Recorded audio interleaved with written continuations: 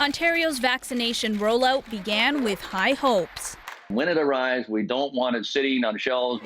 But now the government faces some heat after the rollout was halted over the holidays. We felt we wouldn't get the numbers to come into the vaccination clinics that we wanted. And so we felt in the slightly longer term, it was better to take a little pause. Vaccines need to go in arms as quickly as possible. This doctor says staff wanted to keep the clinic at her hospital open, but the ministry ordered it closed for Christmas and Boxing Day. Every day that is delayed getting people vaccinated is another day that there's going to be more illnesses, more hospitalizations, and more deaths. Ontario is already falling behind other provinces. A look at the COVID-19 tracker shows for every 100,000 people, only 77 doses have been administered, mainly to frontline workers, including at long-term care homes. Dennis Chu's grandmother died with COVID at Tender Care Living Centre in Scarborough. More than 100 residents are still infected. 43 have died. There needs to be more staff or people that can help the situation. A hospital has taken over operations there as outbreaks grow at other homes. The hope is that the Moderna vaccine can provide some relief in LTC homes when it arrives. As for Ontario's progress with the vaccine it currently has, I'm not in a race against the other provinces. But the head of the program now says holding back for the holidays was a mistake.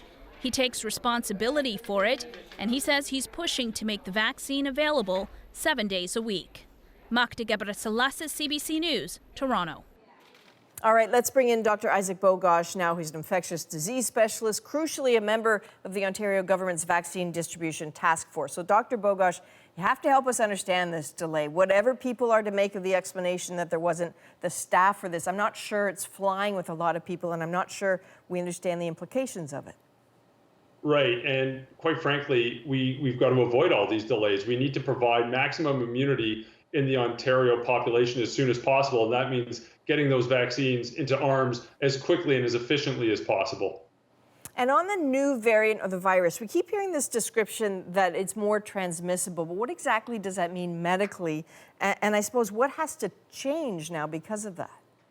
Well, there's a mutation that's on a part of the virus that's called the spike protein, and that allows the virus to get into the cells of our body. And it's thought that perhaps it might more efficiently get into the cells of our body because of this mutation. At an individual level, it changes nothing. We still are supposed to put on masks, physically distance, and when the time comes, we should all be rolling up our sleeves to get a vaccine. Where we might see changes is at a policy level. We might see, for example, more sequencing of the viruses that we have in the country. We might see more stringent policies related to the Quarantine Act and having people checked up on to make sure they're adherent to the Quarantine Act. And then again, we might see more testing and rapid diagnostic testing or conventional diagnostic testing for people landing on Canadian soil from overseas. Okay, thank you very much, Dr. Isaac Bogosh in Toronto tonight.